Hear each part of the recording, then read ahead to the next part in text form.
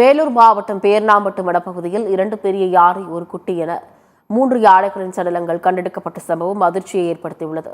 பேர்ணாம்பட்டு வனச்சரகத்திற்குட்பட்ட தனியாருக்கு சொந்தமான சாத்கர் பழை பகுதியில் 3 யானைகளின் சடலங்கள் கண்டெடுக்கப்பட்டது. இதையடுத்து தகவல் அறிந்து வந்த வனத்துறையினர் யானைகள் உயிரிழப்பிற்கான காரணம் குறித்து ஆய்வு செய்து விசாரணை மேற்கொண்டு வருகின்றனர். மேலும் சென்னையிலிருந்து வரவழைக்கப்பட்டுள்ள 5 பேர் கொண்ட மருத்துவக் குழுவும் யானை உயிரிழந்த இடத்தில் உடற்கூறு ஆய்வு செய்து வருகின்றனர். அது மட்டுமில்லாமல் ஏரியில் உள்ள தண்ணீரை ஆய்விற்காக எடுத்து செல்ல உள்ளதாகவும் தெரிவித்துள்ளனர்.